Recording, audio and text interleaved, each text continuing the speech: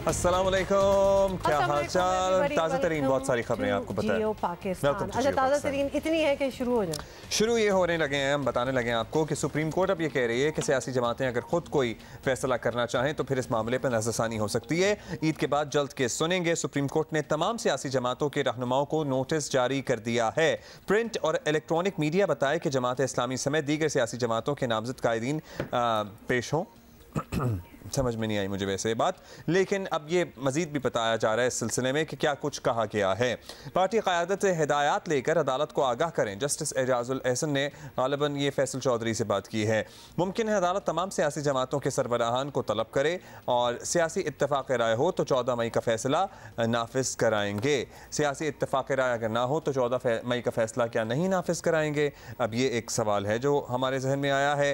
Chief justice ने कहा कि क्या आप चाहते हैं सड़कों पर तसादुम हो, सियासी अमल आगे ना बढ़ा तो इलेक्शन में तसादुम हो सकता है। दोनों फरीक़ैन को सियासी दर्जा हरारत कम करने के लिए इक़दामात करने होंगे। अगर सियासी जमातें इंतखाबात की तारीख बदलना चाहती हैं तो अदालत उनके साथ है। जमातें एक मौक़िफ़ पर आ जाएं, अदालत गुंजाइश निकाल सकती है।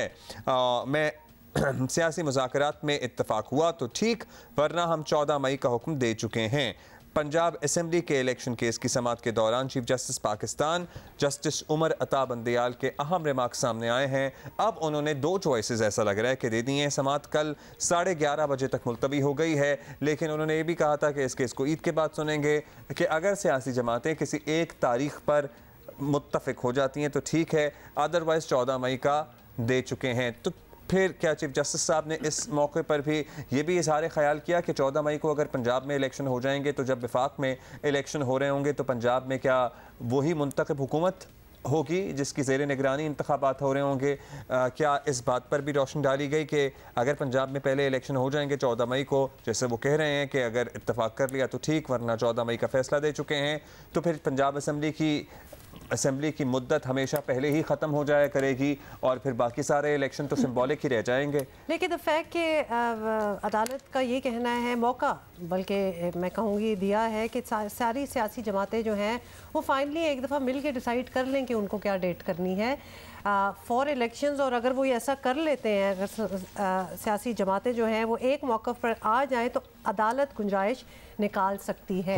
तो आगे पीछे जो बात करनी है, लेकिन सारी पॉलिटिकल पार्टीज तो पहले एक पेज पे हों और एक बात करें तो फिर अदालत भी माइल हो सकती है कि डेट बदली जाए। सीन सहाफ़ी हसनात मलिक हमारे साथ मौजूद हैं जो इन मामलात को बड़े बखूबी समझते हैं, और एहसन हुन साहब ने भी हम ज्वाइन किया। हसन, आपसे जानना चाहेंगे कि ये भी कहा गया कि इससे पहले तो कोई ब्रीफिंग देने आया नहीं और जब फैसला आ गया तो फिर ब्रीफिंग देने चले आए हैं, और अगर सियासी जमातें इत्तफाक़ राय कर लें किसी एक तारीख़ पर तो ठीक है, वरना 14 मई की तारीख़ हम पहले दे चुके हैं।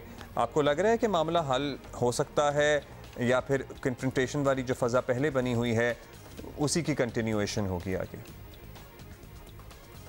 जी, मेरा ख्याल है कि बैकग्राउंड कोई ना कोई बातें जो है वो कम्युनिकेशन हो रही है सियासी जमातों के दरमियान भी और इदारों के दरमियान भी। जो ब्रीफिंग हुई, जो अस्करी हुकाम ने सुप्रीम कोर्ट को ब्रीफिंग दी सिक्योरिटी के हवाले से, उस ब्रीफिंग के बाद सुप्रीम कोर्ट में भी ये रियलाइजेशन है कि सिक्योरिटी का एक सीरियस इशू है। इसके लिए अब ये है कि ठीक है, इंतखाबात जो अक्टूबर में कहा जा रहा है उसमें फेडरल गवर्नमेंट जो है फ्लेक्सिबिलिटी दिखाए।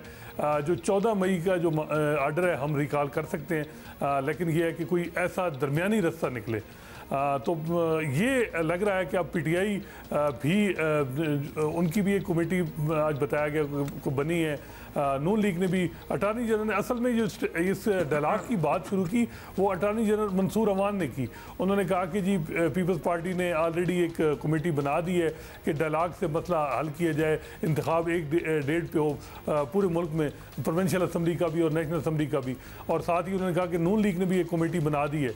तो इस जो अटार्नी जनरल की बात थी उस पर जो है वो चीफ जस्टिस ने कहा कि जी हम तो पहले भी कह रहे थे कि ये डायलॉग से मामला हल हो और जो है वो एक डेट जो है वो इंतखाब अगर हो जाए तो फैसला आया है।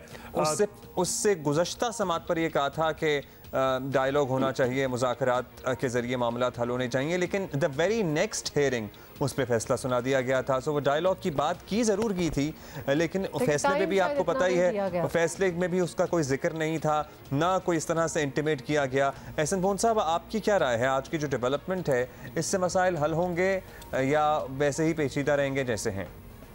ये समझता हूँ कि ये बहुत अच्छी पेशरफ्त है। कल भी जब मैं हामिद मीर साहब के प्रोग्राम में था तो उस वक्त मैंने नीचे जो लाइन देखी थी कि मिनिस्ट्री ऑफ डिफेंस ने या 1-2 एप्लीकेशन फाइल हो गई हैं और उन्होंने जब सिक्योरिटी कंसर्न्स के हवाले से अप्राइज किया है ऑनरेबल सुप्रीम कोर्ट को, और मैं समझता हूँ कि बात यह है कि हमारी सबकी बतौर वकील ये थी कि 90 डेज में होने चाहिए, लेकिन अगर वो नहीं हो सका और सिक्योरिटी कंसर्न है और मुतलका लोगों ने ये कहा है कि हम तवक्को कर रहे थे कि इलेक्शन अक्टूबर में होंगे और इसीलिए हम सारी जो चीज़ें थी उनको अकॉर्डिंगली हमने टेम किया हुआ था, तो मेरा ख्याल है कि उस हवाले से फिर एक रियलाइजेशन है और इसी वजह से तमाम चीज़ों को देखने के बाद उन्होंने मिनिस्ट्री ऑफ डिफेंस ने एप्लीकेशन फाइल की, जिसके नतीजे में आज ये सारी हुई। और दूसरी बात ये है कि ये हम तो पहले दिन से ये कह रहे हैं बार लेवल पे कि ये मामला उस वक्त तक हल हो ही नहीं सकता जब तक तमाम पॉलिटिकल पार्टीज जो हैं वो एक कंसेंसस के साथ एक पेज पे काम नहीं करती। लेकिन अच्छा, मेरी बात सुने, लेकिन इस पॉलिटिकल पार्टी के कंसेंसस को मॉनिटर करना क्या इसके लिए सही प्लेटफॉर्म है सुप्रीम कोर्ट? क्योंकि सियासी जमातों को तो पार्लियामान या फिर अपने लेवल्स पे बात करनी चाहिए। बिल्कुल, आपने बिल्कुल ठीक बात की। इसीलिए हम ये कहते हैं कि जब पॉलिटिकल पार्टीज आपस में एक दूसरे के साथ डायलॉग नहीं करती, एक दूसरे के पॉलिटिक्स में अपने अपने नजरियात को सारे लेके चलते हैं और वो चलना भी चाहिए, लेकिन पॉलिटिक्स में कभी पहले बदतमीजी का एलिमेंट नहीं था, एक दूसरे को गाली गलौज करने का एलिमेंट नहीं था, डायलॉग होता था, अपने अपने व्यूज एक्सप्रेस करते थे। अनफॉर्चुनेटली पिछले 3-4 साल से इस ट्रेंड को इतना फरोग मिला है कि जो बड़ी तकलीफ से बात है जी। तो मैं समझता हूँ कि इस ट्रेंड को भी कर्ब करने की बात है। पॉलिटिकल पार्टीज को इन सारी चीजों को जब हम देखते हैं कल्चर ऑफ टॉलरेंस की जरूरत है। मैं हमेशा ये कहता होता था जब भी कभी किसी प्रोग्राम में तो मेरी एक ही बात होती थी, मैं कहता था कि हमें कल्चर ऑफ टॉलरेंस जो है ना उसको डेवलप करने की कोशिश करते हैं। और मैं खास तौर पे जब पॉलिटिकल पार्टीज के जो हेड हैं उनके वर्कर्स उनको आइडलाइज करते हैं, वो आइडियलाइज करते हैं, और जब पॉलिटिकल पार्टीज के हेड कोई ऐसी गुफ्तगू करें जो समझता हूं कि हमारी सियासत के एरेना के लिए तकलीफ दे हो, ऐसी चीज हो कि जिससे पॉलिटिक्स में इंतशार फैलता हो, तो मैं समझता हूं कि वो फिर हम पॉजिटिवली कंट्रीब्यूट नहीं कर रहे होते। इसलिए मैं हमेशा ये बात करता हूं कि आप भी अगर तमाम पॉलिटिकल पार्टीज मिल बैठ के ऐसी कोई राह हमवार करें जिसमें सुप्रीम कोर्ट को भी मौजूदा केस के हवाले से इसको देखने, दोबारा कोई मैकेनिज्म इवॉल्व करने। बल्कि ये अब तो लगता है इस तरह जैसे the ball is back into the political parties court. Hasnat, आप टाइम कितना मिलेगा हुमा, क्योंकि ये प्रोसेस बड़ा जल्दी हुआ है, लेकिन ये इसको क्या अवेल कर सकेगी पॉलिटिकल पार्टी? सबसे बड़ी बात तो ये है कि अभी भी, क्योंकि अगर सुप्रीम कोर्ट का भी ये कहना है कि अगर सियासी जमातें इंतखाबात की तारीख बदल लें और कंसेंसस एक आपस में कर लें तो फिर ऑब्वियसली अदालत भी गुंजाइश निकाल सकती है। ये बहुत बड़ी स्टेटमेंट इन द सेंस है कि अब चैलेंज तो पॉलिटिकल पार्टीज के लिए कि क्या आप मिल बैठ के किसी चीज़ पे अग्री करेंगे कि नहीं। हसनात, तो ये हो सकता है या आप, और क्या वक्त की बंदूक सर पे रख के, कनपटी पे रखकर ये काम कराया जा सकता है? क्योंकि जो यहाँ पे लड़ाइयाँ हैं वो सालों ठीक नहीं हुई, तो अभी कैसे होंगी? वो उसके लिए बड़ा टाइम चाहिए कंसेंसस के लिए। 14 मई इज अराउंड द कॉर्नर, और जैसे कि आपको पता है ये केस बड़ी जल्दी इसको सुमोटो भी लिया गया, जल्दी सुना भी गया, जल्दी फैसला भी आया, तो इतना टाइम मिल जाएगा इनको कंसेंसस के लिए? क्योंकि ईद के बाद तो जल्द इस केस को निपटाना पड़ेगा। जी हसनात। देखें, कल की समाअत इम्पॉर्टेंट है। कल इसमें मे बी आर्डर शाम तक कोई जारी हो भी जाए। इसमें जो लग रहा ये रहा है कि पीटीआई की भी ये ख्वाहिश होगी कि मौजूदा चीफ जस्टिस उमर अता बंदयाल के ही टेनोर में सूबाई और नेशनल असम्बली के इंतखाबात हो जाएं। लेकिन अब क्या पीडीएम गवर्नमेंट जो उनकी ख्वाहिश थी कि जी अक्टूबर में इंतखाबात हों सारे, उसमें वो कितनी लचक दिखाते हैं, ये अब देखना होगा। क्योंकि आज चीफ जस्टिस की तरफ से भी ये था कि अक्टूबर फिर नहीं, अक्टूबर से पीछे आना पड़ेगा। तो अब ये भी एक मिसट्रस्ट इतना ज़्यादा है दोनों तरफ कि जी बातें होती हैं जी कि ये टाइम गेन किया जा रहा है, फिर उसके बाद चीज़ें आ जाएंगी। बाकी जहाँ तक बात चीफ जस्टिस साहब की थी कि 14 मई को वो तो इंतखाबात जो पंजाब असम्बली के बहुत मुश्किल है कि वो हो जाएं, क्योंकि जो इस वक्त हालात अभी टाइम ऑलरेडी गुजर चुका है और सिक्योरिटी की पोजीशन तो जो कि तू है और लोग जो है वो सिक्योरिटी तो प्रोवाइड नहीं हो सकती। तो वो उनकी ऑब्जर्वेशन अपनी जगह, लेकिन वो 14 मई तो इंतखाब किसी सूरत में भी होता हुआ नज़र नहीं आ रहा। बाकी जो उनका था कि जी फेडरल गवर्नमेंट ने जो बजट पैसे नहीं दिए उसकी इम्प्लीकेशंस हो सकती हैं या कोई इस किस्म का आर्डर पास हो सकता है। इंतखाब जो 14 मई का वो तो इतनी शार्ट टाइम में ये होता हुआ नजर नहीं आ रहा। क्या इम्प्लीकेशन हो सकती है आपको पता है? वज़ीर आज़म ने काबीना से मशवरा किया, काबीना ने सारा मामला पार्लियामान को रेफर कर दिया। पूरी पार्लियामान पे तो सच कोई मुश्किल ही है कि कोई उसकी इम्प्लीकेशन हो पार्लियामान के ऊपर। तो वहाँ उस पॉइंट ऑफ व्यू से क्या गवर्नमेंट ने सेफ प्ले किया है? देखिए, आज जो जस्टिस मुनीब अख्तर की तरफ से ये एक ऑब्जर्वेशन थी कि जो फाइनेंस बिल अगर डिफीट हो तो वो हुकूमत के लिए उसकी इम्प्लीकेशंस होती हैं।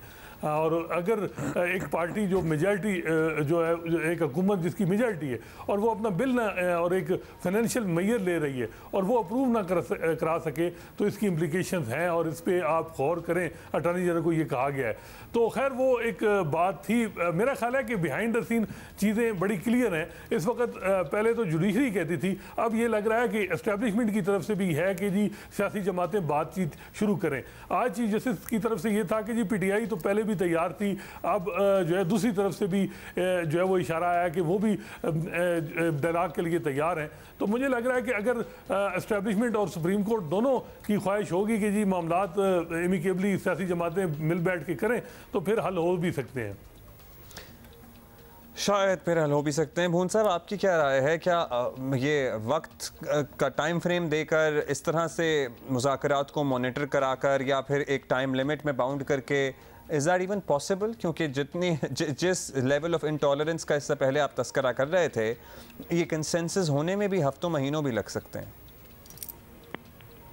मैं आपको अर्ज करूं, हम एक पॉलिटिकल वर्कर की हैसियत से हमेशा बात इसको देखते हैं या कानून के तालिब इल्म की नजर से। जैसे चीफ जस्टिस साहब की ऑब्जर्वेशन आई, भाई जो 30 अप्रैल तक जो टाइम है वो तो गुजर गया, जो था 90 डेज का। और उसके बाद पॉलिटिकल पार्टीज, आपने देखा कि सबसे पहले मैं जो सारा शुरू से देखता रहा वो मोहतरम इमरान खान साहब जो हैं वो चेयरमैन पीटीआई, वो कहते रहे ये चोर हैं, ये डाकू हैं, मैं इनसे बैठने को तैयार नहीं, मैं बात करने को तैयार नहीं। फिर वो जो जिनको चोर डाकू कहते थे उन्होंने कहा कि हम इनके साथ नहीं बैठने को तैयार। उन्होंने कहा कि मैं बैठने को अब तैयार हूँ, लेकिन ये अब बात गवर्नमेंट ने कहा और वो इत्तेहादी पीडीएम ने कहा कि हम बैठने को तैयार नहीं है। मार्क्सवादी पीपल्स पार्टी ने उन्होंने एक शुरू से अपना पॉलिटिकल स्टांस रखा कि डायलॉग का अमल जो है वो जारी रहना चाहिए। तो मैं ये पंजाबी की एक फ्रेज है, वो उस फ्रेज को मैं आपके सामने इसलिए रखना चाहूंगा। वो फ्रेज ये है कि मच्छी पत्थर चट के उन वापस आइए। अब बड़ी जल्दी हो जाएगा, ये पीटीआई अब ये नहीं करेगी कि ये इस तरह नहीं हो रहा, इस तरह नहीं हो रहा, फला नहीं हो रहा। इसमें जैसे चीफ जस्टिस साहब ने कहा है कि अक्टूबर की नहीं तो कोई 5, 10, 15 दिन आगे पीछे कर देंगे। तो इसलिए मैं समझता हूँ कि अब ये देर नहीं लगेगी, ये बहुत जल्दी हो जाएगा। अच्छा, चलिए इस पे हम जरा राय लेते हैं। मुनीब फारूक हमारे साथ मौजूद हैं। Joined us. मुनीब, क्या आप कंसेंसस आपका क्या निकल रहा है ये सारी बातें सुन के, खास तौर पे वही बात होगी, the ball is back into the political parties court now, they have to have this conversation amongst themselves. जो सबसे बड़ा मरहला हमें लग रहा है कि बातचीत कैसे होगी, क्योंकि सुप्रीम कोर्ट ने तो कह दिया है कि अगर कोई बात निकल आती है, किसी अग्रीमेंट पे वो आ जाते हैं तो हम भी गुंजाइश निकाल सकते हैं। नहीं तो 14 की डेट हम दे चुके हैं, ये भी साथ में 14 मई की डेट।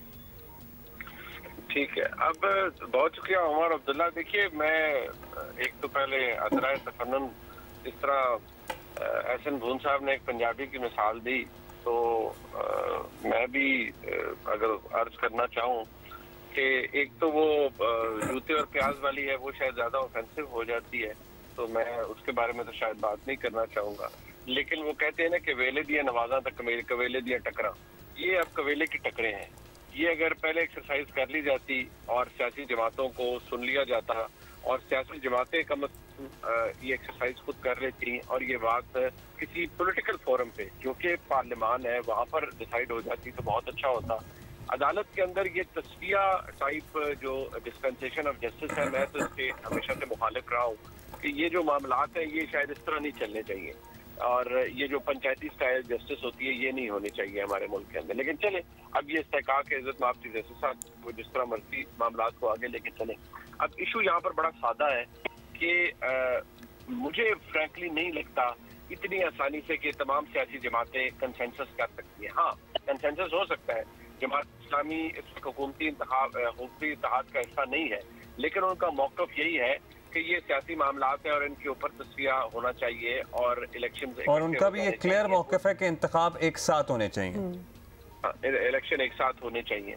अब इस मौक़िफ़ के साथ जुड़ा हुआ है वो डिमांड या वो फैसला जो कि रियासत पाकिस्तान का है या उसके इदारों का है कि जी जो इंतखाबात हैं वो इकट्ठे होने चाहिए और ये अक्टूबर में होने चाहिए।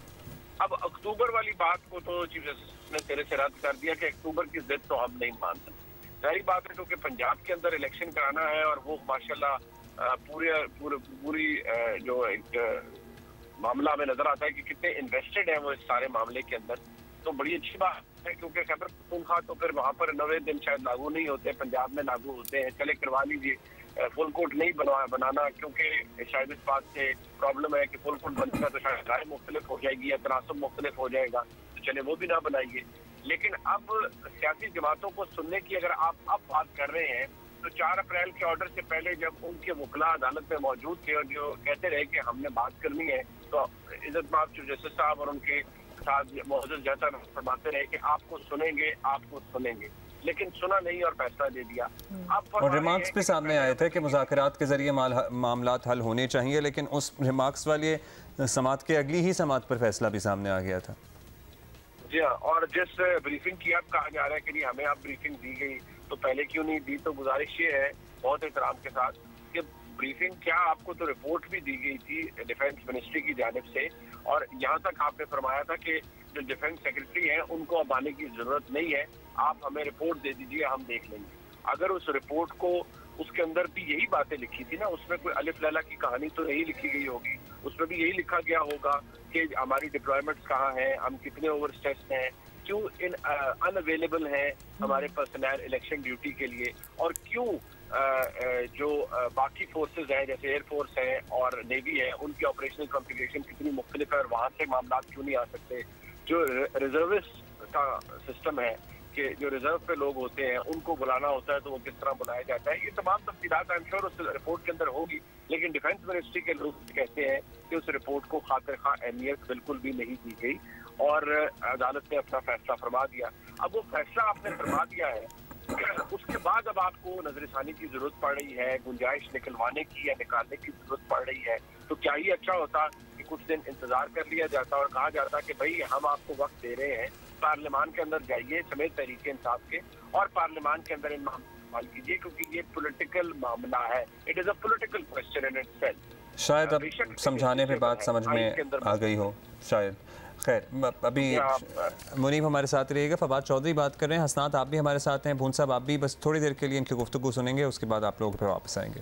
जहाँ तक इसके दूसरे हिस्से का ताल्लुक है जिसमें उन्होंने बातचीत पे जोर दिया है, देखिए हम पहले दिन से बातचीत के ऊपर बात कह रहे हैं हम ये कह रहे हैं कि सियासी जमातों को आपस में बैठना चाहिए। हम तो इस्टेब्लिशमेंट को भी कहते हैं कि आप भी साथ बैठ जाइए और एक फ्रेमवर्क तय कर लें, एक रूल ऑफ द गेम तय कर लें और एक कौमी इलेक्शन की तरफ बढ़ें।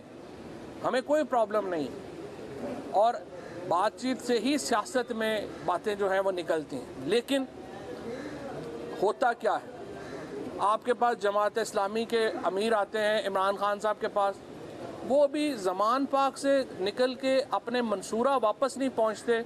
अली जैदी जो हैं उनको वहाँ पे अरेस्ट कर लिया जाता है। अली अमीन गंडापुर के साथ जो हो रहा है वो आप देख रहे हैं, एक जगह से दूसरी जगह, दूसरी जगह से तीसरी जगह। छोटे छोटे बच्चों को 10-10 साल से लेके 17 साल के बच्चों को उठाया जाता है, उन्हें बरहना किया जाता है, उनके ऊपर तशद्दुद किया जाता है। मुझे आप बताएं, इन हालात में आप कैसे मुज़ाकरात करेंगे? इमरान खान के घर के ऊपर रोज़ नया हमला हो जाता है। तो बुनियादी तौर के ऊपर या तो हुकूमत के अंदर एक एलिमेंट है जो चाहता है कि मुज़ाकरात या किसी तरफ कोई बात ना हो, या फिर ये सारे गैर संजीदा लोग हैं। लिहाजा आपने तय करना है, अगर आपने बातचीत करनी है उसके लिए माहौल जो है वो बेहतर बनाएं। हम ये नहीं कहते कोई हमें केसेस बेसिस के ऊपर प्रॉब्लम नहीं, आप अपने हमारे पे जितने मर्जी केसेस और बना लें, वो हम अदालतों में ही देख लेंगे, हम कानून के मुताबिक उनको फेस करेंगे। लेकिन ये जो बच्चों को उठा के तशद्दुद किया जाता है, मिसिंग पर्सन बनाया जाता है, ये नाकाबिले कबूल है। उसके बाद बातचीत कॉन्स्टिट्यूशन के फ्रेमवर्क में हो सकती है। आइन कह रहा है 90 दिनों में इलेक्शन होने हैं, हम कह ही नहीं सकते कि आप 90 दिनों से बाहर जाएं। फवाद चौधरी गुफ्तगू कर रहे हैं और अभी दूसरी तरफ वज़ीर इत्तलात मरीम औरंगज़ेब ने भी गुफ्तगू का आगाज़ कर दिया है। और एक हुकूमत पार्लियामान में आई जिसने 4 साल जो मुल्क के ऊपर मुसल्लत टोला था उसको तो निकाला ही, लेकिन उसके जो नालायकी, नाअहली, चोरी और करप्शन की वजह से जो मुल्क के अंदर गंद डाला, जिस डस्टबिन को वो आज अपने सर पर और मुंह पर डालकर फिरता है शख्स, उसके हकायक आपको बताने बहुत ज़रूरी हैं। और उसके बाद 1 साल जो मौजूदा हुकूमत ने न सिर्फ वो गंद साफ़ किया और कर रहे हैं, और जिस तरह अगर मैं चंद अल्फाज में ये कहना चाहूँ कि ना मुल्क में आवाम की रोटी छोड़ी, ना आटा छोड़ा, ना चीनी छोड़ी, मुल्क की मईशत को तबाह किया, मुल्क की फ़ॉरेन पॉलिसी को तबाह किया, मुल्क के अंदर चलते हुए मंसूबों को बंद किया, मुल्क की खारजा पॉलिसी को तबाह किया, कश्मीर का सौदा किया। और ये तमाम वो चीज़ें हैं जिसकी वजह से आज मुल्क के अंदर महंगाई है, मुल्क के अंदर बेरोज़गारी है, मुल्क की मईशत तबाह करके गए, मुल्क के कारोबार को तबाह करके गए, आवाम के रोज़गार को तबाह करके गए। और आज शर्मिंदगी और ढिटाई के साथ कहते हैं कि हम बहुत पॉपुलर हैं, पाकिस्तान की आवाम हमारे साथ है। वो प्रोपेगेंडा जो सोशल मीडिया पे चलता है उससे पाकिस्तान की आवाम साथ नहीं होती। और जो असल हकायक हैं वो आपके सामने रखना बहुत ही इम्पॉर्टेंट है। इससे पहले कि मैं मज़ीद तफसील में जाऊँ, सेक्टर वाइज आपके सामने एक वीडियो पेश कर रही हूँ जो कि आपको वो खाका देगी, वो ओवरऑल एक पिक्चर देगी पाकिस्तान की आवाम को कि 4 साल इस मुल्क के साथ, इस मुल्क की मईशत के साथ, इस मुल्क के अवाम के रोज़गार के साथ, अवाम की रोटी, आटा, चीनी के साथ जो हुआ। और उसके बाद 1 साल बाद, जिस वक़्त 2022 अप्रैल में मौजूदा हुकूमत आई, वज़ीर आज़म शहबाज शरीफ की क़यादत में एक कोalition गवर्नमेंट बनी, उस वक़्त मुल्क हर ज़बान पर यह था कि अभी 1 महीने में डिफ़ॉल्ट कर जाएगा, 2 महीने में दिवालिया हो जाएगा, 3 महीने में दिवालिया होने वाला है। और जो महंगाई का आलम था, ये 4 साल का तसलसल है। जिस भी माशी तज्ज़ियाकार से या एक्सपर्ट से पूछें तो इकॉनमी और मईशत कोई स्विच ऑन या स्विच ऑफ बटन नहीं होती। ये वो 4 साल की कारकर्दगी और तबाही के असरात हैं जो पाकिस्तान की आवाम आज तक भुगत रही है। लेकिन उस माशी तबाही के बावजूद, उस IMF के प्रोग्राम जिसको ख़ुद सख्त शराइत के ऊपर दस्तखत किए, उसके बाद उसकी खिलाफ वर्जी की और उसके बाद वो सस्पेंड हुआ, उसके बावजूद अल्लाह ताला के फजलो करम से मुल्क को दिवालिया से बचाया, मुल्क को डिफ़ॉल्ट से बचाया। और उसके बाद मैं तफसील में जाने से पहले, जैसे मैंने पहले कहा, आप लोग ये वीडियो देखें और फिर मैं आपसे तफसील से बात करती हूँ। बंद करके गए, बिजली के मंसूबे बंद थे जिस वक्त ये मौजूदा हुकूमत आई। कोई ऐसा हेल्थ का प्रोजेक्ट, कोई ऐसा मंसूबा, सबसे ज़्यादा मुल्क की तारीख में 20,000 अरब का कर्जा लिया, और जो 75 साल तारीख में तमाम हुकूमतों को अगर इकट्ठा कर दिया जाए तो वो भी इतना नहीं बनता जो 4 साल में लेकर मुल्क को कर्जे के अंदर दबाकर और छोड़ कर गए। उसके बाद जो सबसे इम्पोर्टेंट बात है कि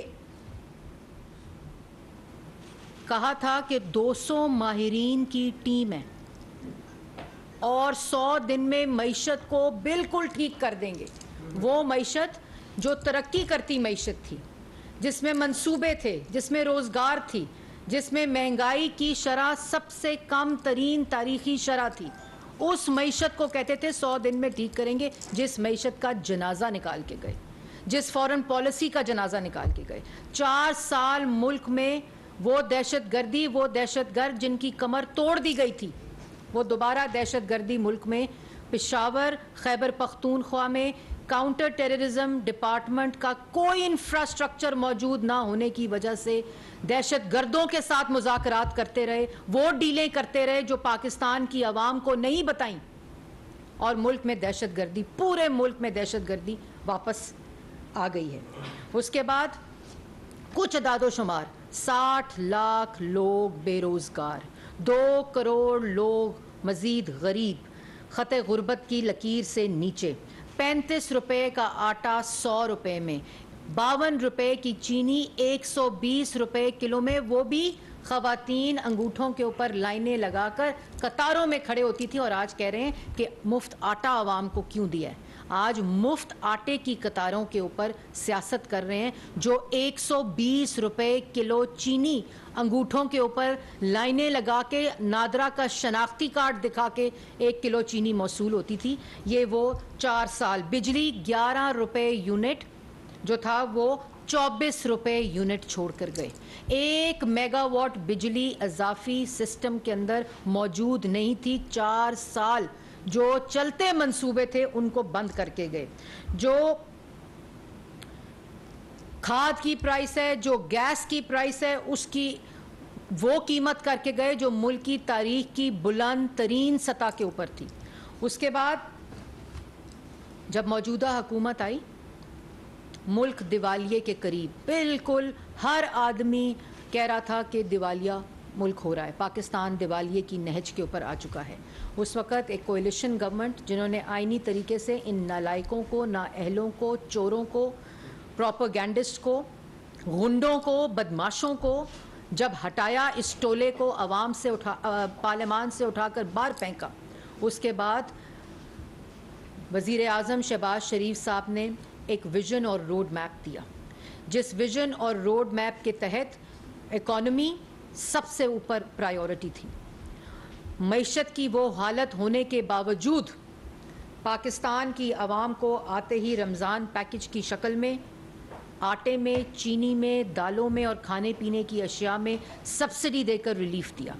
जिस वक़्त IMF का प्रोग्राम जो था वो सस्पेंड करके ये हुकूमत गई हुई थी, उसको दोबारा रिवाइव किया, उसको दोबारा रीनिगोशिएट कर रहे थे, और जिन शराइत के ऊपर ये दस्तखत करके गए थे, उन शराइत के बावजूद इसी कौमी ख़जाने से जिसको 4 साल ये लूटते रहे, उससे आकर शहबाज शरीफ साहब ने और कोalition गवर्नमेंट ने आटे की मद में, चीनी की मद में, यूटिलिटी स्टोर के अंदर, तमाम खाने पीने की अशिया की मद के अंदर सब्सिडी देकर आवाम को रिलीफ दिया।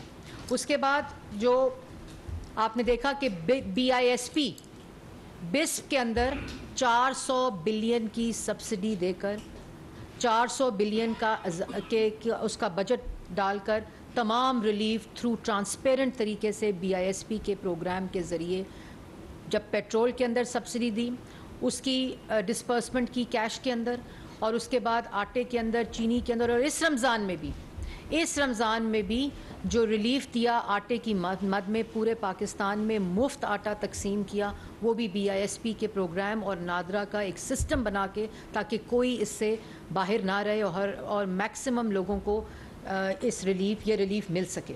उसके बाद किसान पैकेज, 4 साल किसान रुलते रहे। जब एहतजाज करते थे तो उनके ऊपर तशद्दुद होता था, जब असातिज़ा एहतजाज करते थे उनके ऊपर तशद्दुद होता था, जब टीचर्स और नौजवान और स्टूडेंट्स एहतजाज करते थे उनके ऊपर तशद्दुद होता था। आते ही प्राइम मिनिस्टर ने किसानों की बात सुनी, उनको 1800 बिलियन का तारीखी पैकेज दिया और उसके अंदर तमाम वो चीज़ें सस्ती की जो किसान के जो ज़रूरत की चीज़ें थीं। 1800 बिलियन का पैकेज देकर किसान को रिलीफ दिया।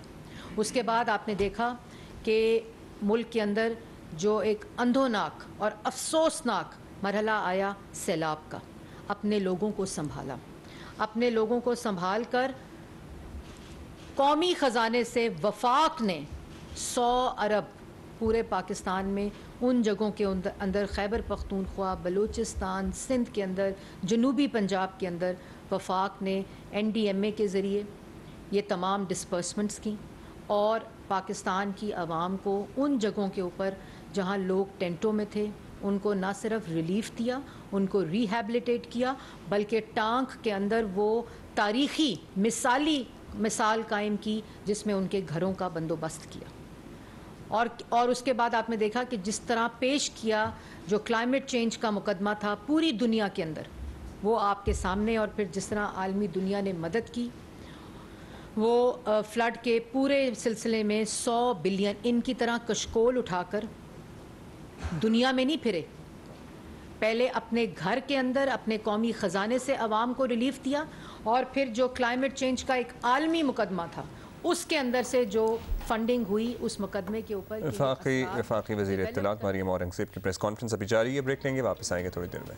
वेलकम बैक जी। आपको पता ही है आज की अदालती कार्रवाई से अपडेट ये थी कि चीफ जस्टिस साहब ने कहा है कि अगर सियासी जमातें किसी एक डेट पर मुत्तफिक हो जाएं तो ठीक है, फिर हम 14 मई वाले मामले को देख सकते हैं, अदरवाइज हम फैसला कर चुके हैं। साथ ही आपको बताएं कि साबिक सदर आसिफ अली जरदारी ने चीफ जस्टिस की तरफ से सियासी जमातों को इंतखाबात के बारे में मुज़ाकरात के मशवरे का खैर मकदम करते हुए कहा है कि हमने आपस में मुज़ाकरात शुरू कर दिए हैं ताकि हुकूमती इत्तेहाद एक मौक़िफ़ पर आ जाए, इसके बाद सियासी मुखालफिन से भी बात करेंगे। अब इसी पे ज़रा जान लेते हैं मज़ीद उन्होंने क्या कहा है। हामिद मीर साहब सीनियर सहाफ़ी तज्ज़ियाकार हमारे साथ मौजूद हैं। मीर साहब, हम इससे पहले जब जियो न्यूज़ पर डिस्कशन कर रहे थे यही कह रहे थे कि जिस लेवल का डिस्ट्रस्ट है सियासी जमातों में और पर्टिकुलरली सियासी मुखालफिन में आपस में, वक्त तो बहुत चाहिए होगा इस कंसेंसस को डेवलप करने में। जरदारी साहब ने क्या कहा है मज़ीद इस मामले पर?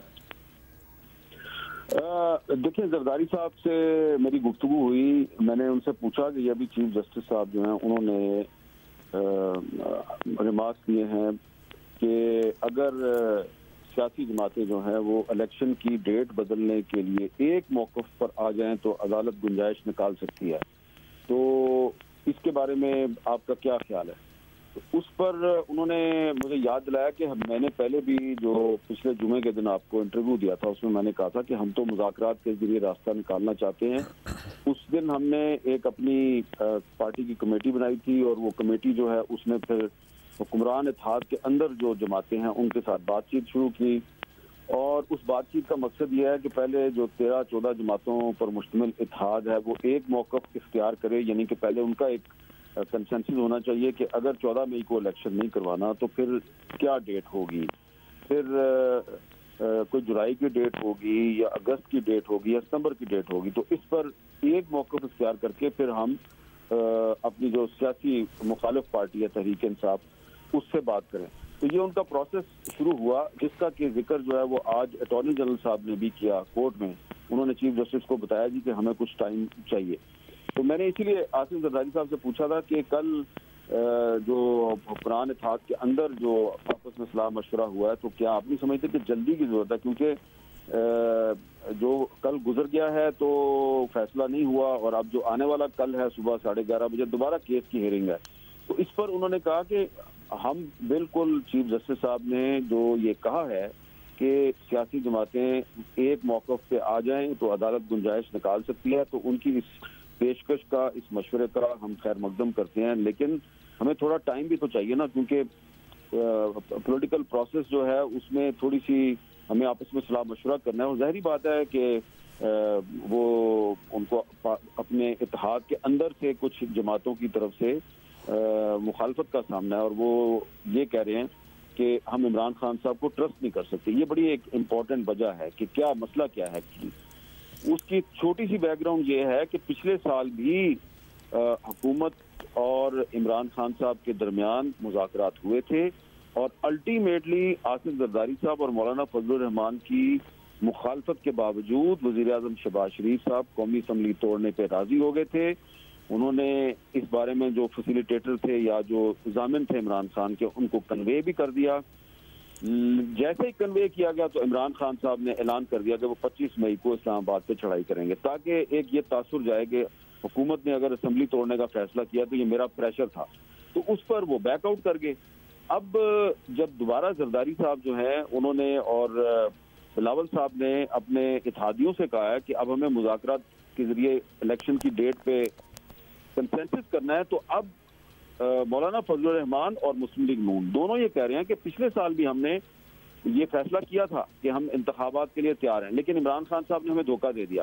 तो अब अगर दोबारा आप कोई डेट फिक्स करते हैं तो उसमें दो चीज़ें बड़ी अहम हैं। पहली बात तो यह है कि इमरान खान साहब जो हैं क्या वो एक दिन इलेक्शन पे राजी होंगे, तो उसके लिए जरदारी साहब उनको कह रहे हैं कि हम बातचीत करते हैं तो कोशिश करेंगे वो एक दिन पे राजी हो जाएं। लेकिन जो सबसे इम्पोर्टेंट मसला है जिसपे JUI और नून लीग जो है वो कोई गारंटी मांगती है इमरान खान की तरफ से, वो ये है कि चले हम वो दरमियानी डेट निकाल लेते हैं, 14 मई और 2 अक्टूबर के दरमियान की कोई डेट हम उस पर राजी हो जाते हैं, इमरान खान भी राजी हो जाते हैं, इलेक्शन हो जाता है। लेकिन अगर उसका इलेक्शन का रिजल्ट इमरान खान साहब की मर्जी का नहीं आता तो क्या वो रिजल्ट को तस्लीम करेंगे? वो दोबारा तो ये शोर नहीं डाल देंगे कि चीफ इलेक्शन कमिश्नर ने धोखा किया है। तो गारंटी का मसला है। तो अब आसिफ जरदारी साहब जो है वो अपनी जो इत्तेहादी हैं उनको ये कह रहे हैं कि ठीक है हम इमरान खान का कोई गारंटर भी ढूंढ लेते हैं, लेकिन पहले हम आपस में तो ये तय कर लें कि हम 14 मई और 2 अक्टूबर के दरमियान किसी एक तो मीर साहब दो प्रोसेसेस हैं, एक तो इनको डेट तय करके इमरान खान साहब से बात करनी है जिस पे वो भी राजी हो जाएं, और एक आपस में एक तारीख तय कर लेनी है कि भाई हाँ अगर 8 अक्टूबर नहीं और 14 मई नहीं तो किस तारीख पर इंतखाबात कराए जाएं। And this would obviously take time. अगर इत्तेहादी आपस में बात करने में इतना टाइम लगा रहे हैं तो फिर इमरान खान साहब और इत्तेहादी हुकूमत इनकी बातचीत में तो और ज़्यादा वक्त लगेगा। दूसरी तरफ चीफ जस्टिस ये कह रहे हैं कि भाई फैसला कर लें, अदरवाइज 14 मई का तो मैं फैसला दे ही चुका हूँ और 14 May is just around the corner. So और इंप्रेशंस आज यही मिला कि शायद इतना वक्त ना दें बातचीत के लिए। लेकिन अगर चीफ जस्टिस साहब ने दरमियान में ये भी कह दिया कि सियासी जमातें एक मौक़िफ़ पे आ जाएं तो अदालत जो है वो इलेक्शन की डेट पर कोई गुंजाइश निकाल सकती है, तो अब्दुल्ला भाई इसका क्या मतलब है? इसका मतलब यह है कि वो जो ये कहा जा रहा था कि 90 दिन ही के अंदर हर सूरत में इलेक्शन होना है और आइन में जो है एक नुक्ता भी आगे पीछे नहीं हो सकता, तो अब चीफ जस्टिस साहब ने अगर खुद ही ये कह दिया है कि अदालत गुंजाइश निकाल सकती है तो उसका मतलब ये है कि सियासी मामला है तो अदालत को गुंजाइश निकालनी चाहिए। और आसिफ जरदारी साहब भी यही कह रहे हैं कि हमें थोड़ा टाइम दे दें। इसमें एक मशवरा भी उनको ये दिया गया क्योंकि उन्होंने आज काफी सलाह मशवरा किया है, तो हो सकता है कि वो ये अब मशवरा जो है वो वज़ीर आज़म शहबाज शरीफ साहब को भी दें कि कल जब अटॉर्नी जनरल साहब दोबारा कोर्ट में पेश हों तो वो चीफ जस्टिस साहब को ये कह सकते हैं जी कि ठीक है अगर हम आपस में कुछ दिन हमें दे दें, हम आपस में एक कंसेंसस डेवलप कर लेते हैं, लेकिन उसके बाद फिर आपको भी जो है वो पाबंद करना होगा इमरान खान साहब को और बाकी तमाम पार्टियों को जो हुकूमत में शामिल है कि अगर हम एक दिन इलेक्शन पे राजी हो जाते हैं तो वो जो इलेक्शन का जो रिजल्ट होगा उसको तमाम फ्रीकैन जो हैं वो आंखें बंद करके तस्लीम करेंगे। ये नहीं होगा कि अगर पीपल्स पार्टी को फैसला पसंद नहीं आया तो वो धांधली का शोर मचा दे और अगर PTI को फैसला पसंद नहीं आया तो वो धांधली का शोर मचा दे। तो ये एक सब्स्टिट्यूट हो सकता है, एक मुतबादिल हो सकता है उस गारंटी का जिसकी हुकूमत को तलाश है कि जी इमरान खान की गारंटी कौन देगा। वो गारंटी तो आपको पता ही है ना, रेड जोन में ना आने की भी ली गई थी इमरान खान साहब से, लेकिन वो भी उसका भी क्या बना और फिर उस पर कोई पेशरफ्त भी नहीं हो सकी। मीर साहब मीनवाइल मुज़ाकरात की बात हो ही रही है तो बिलावल भुट्टो पहुँचे हैं मौलाना साहब से मुज़ाकरात करने के लिए और उनको कायल करने के लिए कि PTI से बातचीत किए बगैर इन मामलात को आगे नहीं बढ़ाया जा सकता। तो आपको लगता है कि मौलाना साहब जिन्होंने सख्त मुखालफत की थी पाकिस्तान तहरीक इंसाफ से मुज़ाकरात करने की, वो मान जाएंगे? देखें, इसीलिए अब जरदारी साहब नहीं गए हैं, वो बिलावल साहब को उन्होंने भेजा है, क्योंकि बिलावल साहब जो है ना वो उनके साथ थोड़ा मैं कहूँगा मुख्तार तरीन अल्फाज में कि वो उनको मनाने की कोशिश करेंगे, को मिन्नत माजिद करेंगे उनकी, क्योंकि जरदारी साहब और मौलाना साहब का तो एक इक्वल लेवल है ना, दोनों एक दूसरे के पुराने दोस्त हैं और उनमें बहुत बेतकल्लुफी है। तो जब जरदारी साहब को जोर लगाते हैं, इसरार करते हैं किसी चीज़ पे, तो मौलाना साहब जो हैं वो मुस्कुरा के कुछ जुगत लगा देते हैं उनको।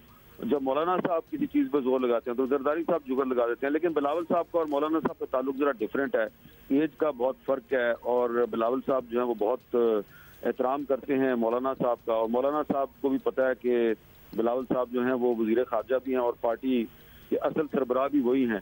तो वो बिलावल साहब थोड़ा सा उनके साथ संजीदगी के साथ मतानत और थोड़ी सी आजिज़ी के साथ बात करने की कोशिश करेंगे। तो हो सकता है अगर बिलावल साहब मौलाना के सामने आजिज़ी और मतानत का मुजाहरा करें तो हो सकता है मौलाना साहब का दिल पिघल जाए। तो उनके दिल को पिघलाने के लिए बिलावल साहब आज अपनी आजिज़ी का पूरा इस्तेमाल करेंगे। चलें, लेट्स सी, होपफुली वो कामयाब हो जाएं। और जाहिर है क्योंकि हम होपफुली इसलिए कह रहे हैं क्योंकि मुज़ाकरात ही इन मामलात का हल हैं, ये तो सभी लोग जानते हैं, जल्द या बदेर करने तो पड़ेंगे ही। बहुत शुक्रिया आपका हामिद मीर साहब, thank you for giving us that insight. के ज़रदारी साहब भी कह रहे हैं कि एक तो उन्होंने खैर मकदम किया है और साथ ही साबिक़ सदर का ये कहना है कि हमें वक्त दिया जाए। हमने मुज़ाकरात का अमल शुरू कर दिया है और हम भी जब से ये मामलात सामने आए हैं, जब से खबर सामने आई है, ये बात कर रहे हैं कि बिल्कुल टाइम बाउंड करके तो शायद नहीं इस मामले का सलूशन निकाला जा सकता, क्योंकि ज़ाहिर है पॉलिटिकल पार्टीज़ हैं, हर किसी की अपनी राय है, एक कंसेंसस जो इत्तेहादी हैं उनमें डेवलप होना है, फिर इत्तेहादी और मुखालफीन में एक कंसेंसस डेवलप होना है डेट को लेकर। It is a long process. Break तो ले लें। A bit of a joke all of this, और इसलिए बहुत पहले सब कुछ हो जाना चाहिए था, लेकिन interesting conversation that you had. Change of pace इधर, एंड आई एम श्योर बहुत से लोग चाहते होंगे कि बस कर दो। तो वैसे तो ऑल ओवर पाकिस्तान से हम आपको दिखा ही रहे हैं कि शहरों में रमज़ान चल रहा है और इफ्तारियाँ सहरियाँ चल रही हैं, लेकिन एक चीज़ जो हमने डिफरेंट सोची, मुसलमान तो पूरे मुल्क में पूरी दुनिया में है, तो लिहाजा हर किसी का खाना पीना तो एक जैसा नहीं होता। सो और रोज़े तो सभी जगह चल रहे हैं, और रोज़े सारे रख रहे हैं, और इंशाल्लाह आपको पता है ईद भी साथ ही होगी, लुक्स लाइक इट। तो मशरूबात में हर मुल्क की कोई नई चीज़, कोई डिफरेंट सी चीज़ होती है, जो कि मेरे लिए भी एक्चुअली बड़ी डिफरेंट चीज़ें हैं, मैंने कभी सुना नहीं हुआ था। तो we have selected some to show you. पहली चीज़ ये है from our very favourite country in the world, Turkey. मेरा ख्याल है सारे जो पाकिस्तानी है ना उनको तुर्की बहुत पसंद है। तो वहाँ की एक ड्रिंक है जिसका नाम है देमिर हिंदी। ये सामने आप तस्वीर भी देख रहे हैं। और अब्दुल्ला, ये इमली का शरबत है बाय द वे। तो ये इमली से बना होता है और 8 घंटे तक इसको पकाया जाता है और फिर ये इस शरबत के फॉर्म में इसकी तासीर ठंडी होती होगी। इसके अलावा आप कहाँ लेकर जा रही हैं हमें? इसके अलावा एक और ड्रिंक है जो कि शाम, फ़लस्तीन, लबनान और उर्दन में बहुत ज़्यादा मकबूल है, और उसको कहते हैं जलब मशरूब। ये ले, अच्छा, इसमें बड़े बादाम, पिस्ते वगैरह भी पड़े हुए हैं। तो इसमें ये होता है कि जलब को अर्के गुलाब, खजूरों और अंगूरों से बनाए गए गुड़ से तैयार किया जाता है, और फिर इसको ठंडा करके इसके ऊपर चलगोज़े और किशमिश डालकर इसको पिया जाता है। भाई वाह, this looks like a healthy drink as well.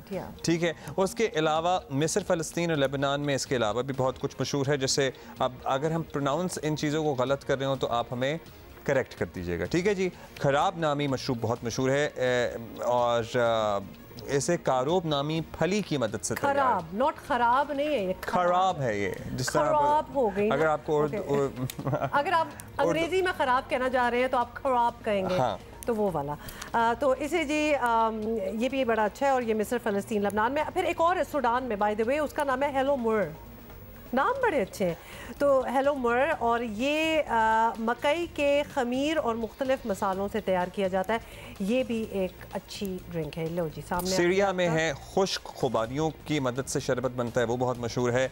जो अफ्तार के वक्त लोग कहते हैं बहुत ही तरोताज़ा सा कमर कर देता है। अल-दीन इसको कहते हैं। सोचे मतलब ये किसी का नाम वैसे लगता है ना, but it's the name of this drink. खुबानी की चटनी तो हमारी अम्मा बनाती हैं। हाँ, अब वो तो खुबानी का होती है। शरबत भी आई एम श्योर हो सकता है, जो खुबानी की चटनी हो सकती है। तो हमारे यहाँ तो फिर एक ही शरबत होता है जी, रमजान में शरबत। लाल शरबत। यस, सब कॉन्टिनेंट की पहचान। और वैसे बड़ा ही अच्छा होता है। और जैसे ही रमजान नजदीक आता है ना, ये आपको क्रेविंग भी होना स्टार्ट हो जाती है।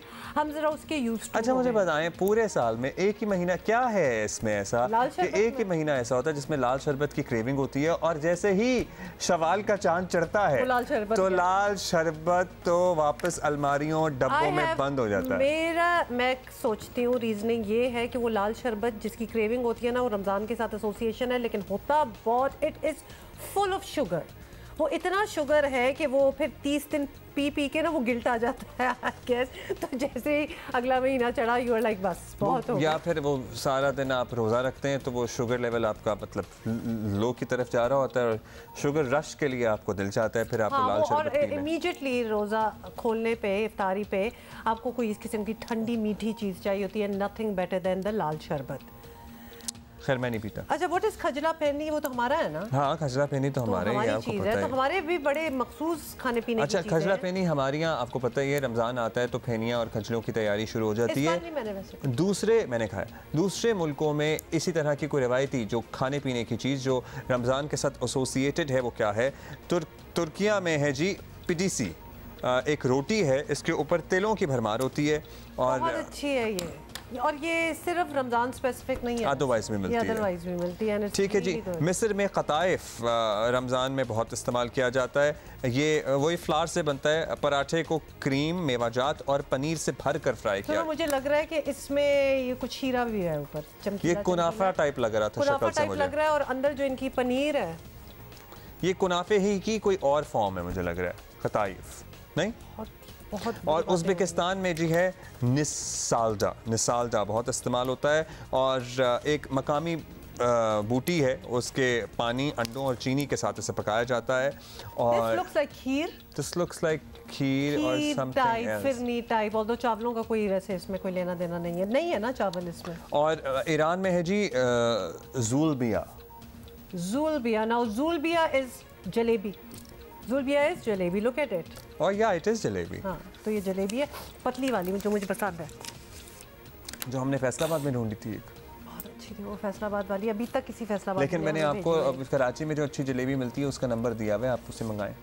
हाँ, बट आप मंगाए ना। नहीं, आप खुद ही मंगाएं। मैं मंगाऊंगा तो फिर मेरा खाने का भी दिल करेगा, जिसको मैं फिर हमारे यहाँ तो फिर आपको पता है कि बरतना चाह रहा हूँ जिससे। हमारे यहाँ है पकौड़े।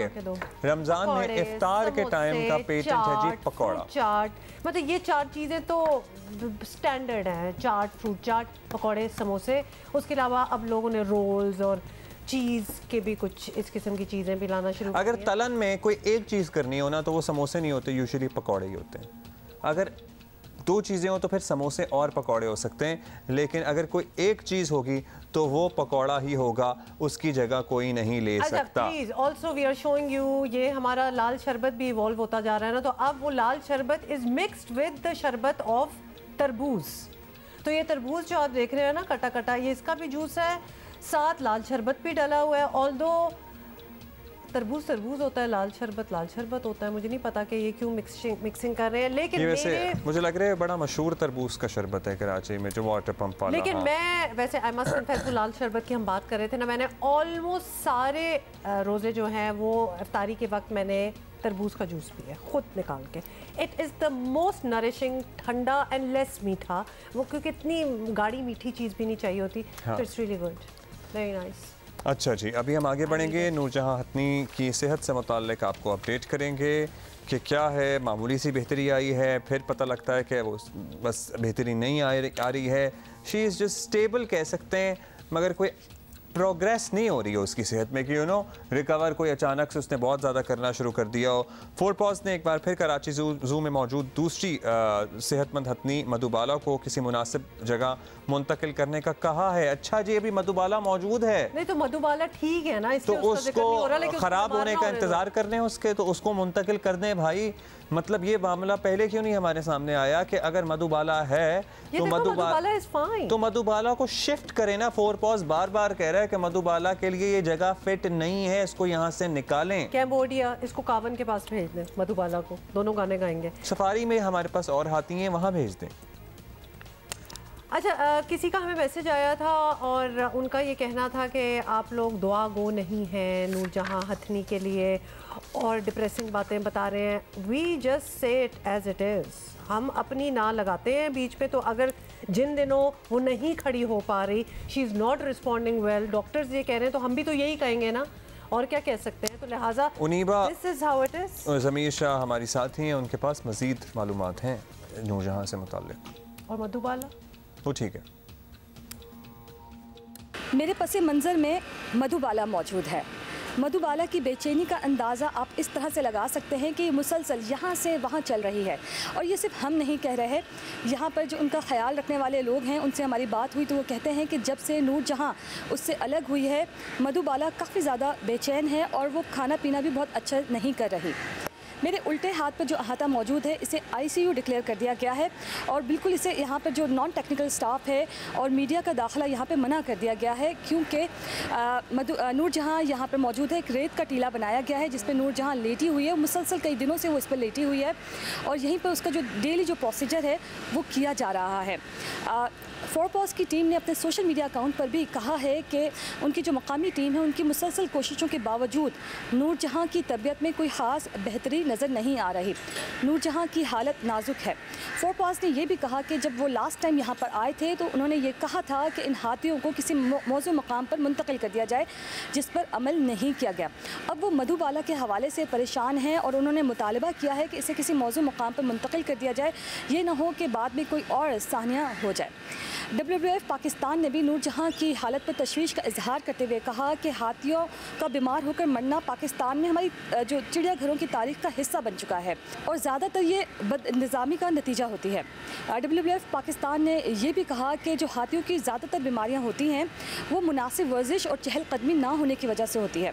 उन्होंने ये भी कहा कि दुनिया के जो जितने भी चिड़ियाघर हैं तकरीबन तमाम में ही हाथियों का सेक्शन ख़त्म कर दिया गया है और जहाँ पर हाथी मौजूद हैं वहाँ पर उन्हें एक वसी इंक्लोजर में रखा जाता है, क्योंकि ये बहुत ज़्यादा चहलकदमी करते हैं, चलते फिरते रहते हैं, इन्हें आप कैद नहीं कर सकते। WWF पाकिस्तान ने कहा कि हाथियों को कैद करने और सर्कस में रखने के वो मुखालिफ हैं।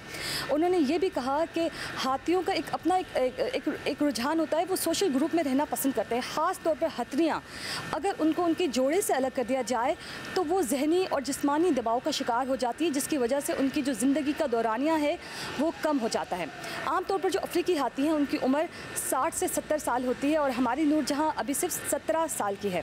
WWF पाकिस्तान ने यह भी कहा कि एक आज़ाद कमेटी बनाई जाए जिसमें सिविल सोसाइटी के माहिरीन भी शामिल हों और वो जो ज़ू के इंतज़ामात हैं वो देखें और ज़ू से जो भी रकम हासिल होती है उसके लिए एक अलग बैंक अकाउंट भी बनाया जाए और जो उस रकम से ज़ू की बेहतरी वो रकम ज़ू की बेहतरी पर लगाई जाए। WWF पाकिस्तान के मुताबिक पाकिस्तान के चिड़ियाघरों में नायाब जानवरों को भी आम तरीके से डील किया जा रहा होता है।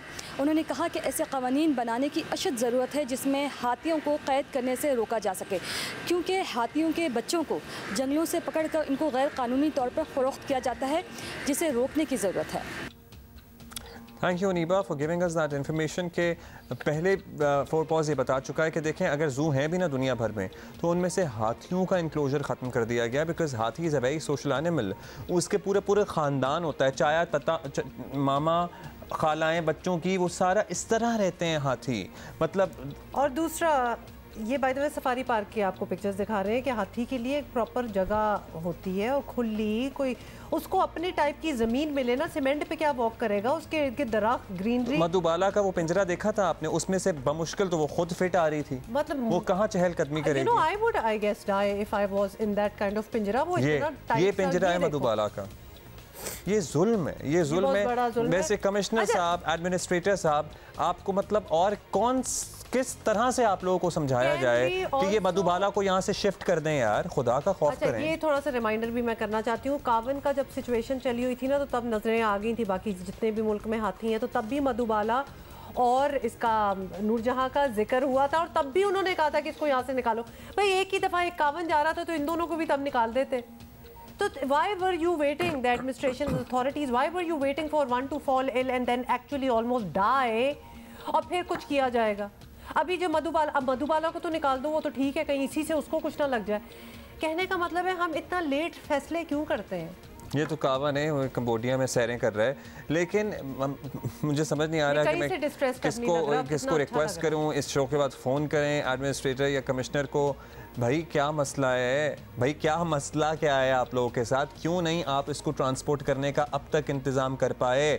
मधुबाला को यहाँ से शिफ्ट कराना कितना मुश्किल काम है। शायद आप नहीं निकाल सकते, मधुबाला को तो निकालो, या फिर उसका भी इंतजार हो रहा है कि वो बीमार होगी और निकाले। हाथी कैन नॉट बी केप्ट, मतलब कितना बड़ा पिंजरा होगा। इंतहा है लैकलस्टर होने की, इंतहा है सुस्ती और काहली की, इंतहा इर्रिस्पॉन्सिबल होने की कि अगर एक जानवर जो ठीक है, आपको वैसे भी सभी लोग कह रहे हैं ना अब तो दुनिया में कि ये यहाँ नहीं रह सकते, this is not fit for them to survive and live, this is not a normal habitat for an elephant. So आप इसको जो इमीडिएट हमारे पास जगह है, सफारी पार्क की है ना कराची में ही, वहाँ भेज दें यार। और मैं उस बात का जवाब देने लगी हूँ अभी जो क्रिटिसिज्म हमारी तरफ आएगी कि देखें जी 24-24 घंटे उसके उसको इंटेंसिव केयर बना दी है, कमिश्नर भी आ रहे हैं, डॉक्टर्स भी आ रहे हैं, सारा अब देखभाल हो रही है उसकी, because there is so much attention and focus on it कि उसकी पल पल की खबर और अपडेट चाहिए होती है मीडिया को भी और आप लोगों को भी। हम ही तो डिसेमिनेट करते हैं, लोगों को इन्फॉर्मेशन देते हैं। तो अब अगर पिछले 2-3 हफ्ते, चलो महीने में अगर आप मुतहर्रिक हो गए हैं, कुछ कर रहे हैं, that's a little too late. तो लिहाजा पहले करते ना उसको, इतनी नहज तक बात पहुंची क्यों? अब प्लीज़ इन दोनों को निकालें। अच्छा, वज़ीर बल्दियात नासिर शाह ने कहा है कि भाई हम ज़ू को ख़त्म नहीं करेंगे, इन सहूलियात को बेहतर करेंगे। बड़ा मुश्किल है वैसे इन सहूलियात का बेहतर होना, उनको मेंटेन किया जाना। हो सकता है एक दफ़ा आप ठीक कर भी दें। KMC आपको पता ही है इस हालत में नहीं है कि वो अस्पताल भी चला सके, दरकिनार के वो ज़ू चलाएगी, या फिर इसका कोई और इंतज़ाम किया जाए। और वाई नॉट, मेरा ख्याल है कि अगर पाकिस्तान पीपल्स पार्टी की सिंध हुकूमत पहली होती है पाकिस्तान में जो ज़ू को ख़त्म करने का ऐलान करे, तो इस फैसले को बड़ा मुस्बत अंदाज में देखा जाएगा। इस फैसले को मेरा ख्याल है दूसरे लोगों को दूसरे लोग इंडिविजुअली बख्तावर भुट्टो का भी आपको पता है ना, उनका भी आया था ज़ूज़ आर रिडंडेंट, हर किसी के 2-4 स्टेटमेंट्स आ रहे हैं। बैठ के एक फैसला कर लें और ख़त्म करें इस चीज़ को। मतलब ये प्रेसिडेंट सेट करने का मौका है आपके लिए कि हाँ भाई हम जानवरों को कैद में रखने के हामी नहीं हैं, हम इसको एक जापानी फॉरेस्ट की तरह का एक जंगल बनाएंगे और पूरे शहर को, उस एरिया को ये ऑक्सीजन फराहम करेगा और हम जानवर यहाँ से निकाल देंगे। Set that president. ब्रेक के बाद हाजिर होते हैं। ब्रेक। वेलकम बैक जी। अली सेठी ने एक मरतबा फिर तारीख रकम की है कुचैला में परफॉर्म करके। पहले पाकिस्तानी अच्छा, ये एक म्यूज़िक फेस्टिवल होता है, जल्दी से लोग कहेंगे what's the big deal about कुचैला। ये कैलिफोर्निया में एक जगह है जहाँ बहुत अरसे से, बहुत सालों से म्यूज़िकल फेस्टिवल होता है। बहुत से स्टेजेस लगते हैं, कोई एक बहुत बड़ा स्टेज नहीं होता, लेकिन हज़ारों की तादाद में लोग जाते हैं, जिसमें मतलब हर जॉनरा ऑफ म्यूज़िक जो है और इंटरनेशनल म्यूज़िक भी वहाँ परफॉर्म। वो इतनी परफेक्ट होती हैं, उनका एक एक मूव, एक एक नोट वो सिंक्ड होता है, वो तमाम चीज़ें। और पीछे की परफॉर्मेंस, दिलजीत की परफॉर्मेंस दिखा सकते हैं? नहीं, मैंने तो बड़े शौक से देखी, मैं आपको भेज दूंगी।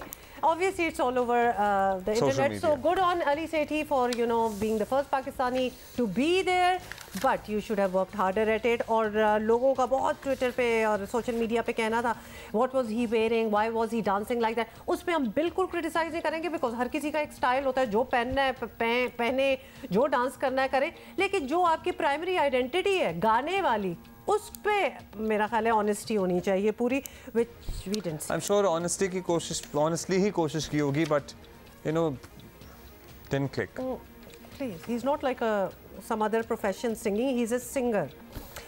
अच्छा जी, शॉपिंग हो गई है वैसे सब लोगों की। अगर महंगाई है लेकिन फिर भी आपको पता ही है कुछ ना कुछ अल्लाह मियाँ असबाब बना देता है। मैं कहता हूँ कि अल्लाह मियाँ जिसके पास कुछ नहीं भी बन रहा होता ना, तो अल्लाह मियाँ उसका भी काम कर देता है। वैसे कहना है जस्ट से कि अगर ये शॉपिंग मॉल्स भी देख लें, बाजार्स भी देख लें, जो रश है, जो खरीदारी हो रही है, वो कभी कभार लगता है कि हमें तो कोई इकोनॉमी के चैलेंजेस ही नहीं है, बिकॉज माशाल्लाह जिन्होंने लेना है ले सकते हैं, वो ले रहे हैं। हाँ, और लोग मदद भी कर रहे हैं। कोई आप इस तरह नहीं आपको नजर आएगा कि जी वीरान पड़े हुए थे शॉपिंग मॉल्स या फिर बाजार, या कुछ वीरान नहीं पड़ा हुआ।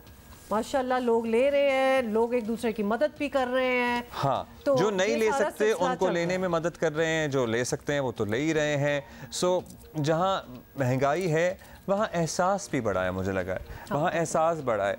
अगर आप पहले भी कुछ करते थे, तो इस मरतबा लोग अपने इर्द गिर्द मौजूद लोगों का ज़रा ज़्यादा ख्याल कर रहे हैं, ये सोच कर कि इनके लिए मुश्किल हालात हैं। That is it for today and we gonna see you tomorrow इंशाल्लाह। बाय।